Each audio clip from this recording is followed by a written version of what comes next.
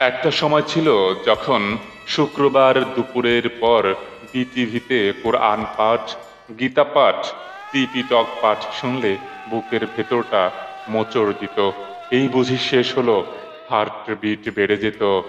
অতঃপর হাসি মুখে উপস্থিত হতেন সুন্দরী উপস্থাপিকা। আমন্ত্রণ জানাচ্ছি পূর্ণদৈর্ঘ্য বাংলা ছায়াছবি দেখার জন্য। আমাদের আজকের ছায়াছবি আম্মা জান। বুক ধকধক করত, উত্তেজনায় প্রায় ছবির নাম ভালোভাবে শুনতে পেতাম না। শুক্রবার আসলেই সে কি ব্যস্ততা! চারপাশের সবাই ৩টার আগে কাজ শেষ করতেন, কারণ ৩টায় যে ছবি শুরু হবে। সোফায়, খাটে, চেয়ারে, ফ্লোরে সবাই অধীর আগ্রহ নিয়ে বসে সিনেমা দেখতাম। এলাকায় যাদের বাসায় টিভি থাকতো তাদের বাসায় সাজে সাজ রব হতো। অন্যরা সবাই আসবে, একসাথে টিভি দেখা হবে।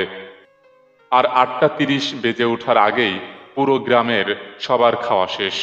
উত্তেজনা, ভয় আর আনন্দের মিশ্রণে আলিফ লায়লার অপেক্ষা। বিজ্ঞাপন হচ্ছে তো হচ্ছে, আলিফ লায়লা শুরু হবার খবর নাই। ধৈর্য ধরতে ধরতে প্রায় ক্লান্ত হওয়ার পর শোনা যেত সেই প্রিয় মিউজিক। শুরু হতেই হতেই আবার বিজ্ঞাপন। জাস্ট কাহিনীতে মনোযোগ দিতে দিতেই আগামী পর্বে দেখবেন এত অল্প সময়, তবু আনন্দের শেষ নেই। এখনো সব আছে, কিন্তু আর বুকে কাঁপন তুলে না। সেই উপস্থাপিকাও আছেন, হয়তো আজ তার লিপস্টিক আরো কড়া হয়েছে। তিনি এখনো আমন্ত্রণ জানান, কিন্তু সেই আমন্ত্রণ কাউকে মনোযোগী করে না। ছবি দেখার জন্য এখন কেউ শুক্রবারের অপেক্ষা করে না। এখনকার পিচ্চিরা হয়তো আলিফ লায়লার নামও জানে না। একসাথে ৩০-৪০ জন মিলে টিভি দেখার কল্পনাও করা যায় না।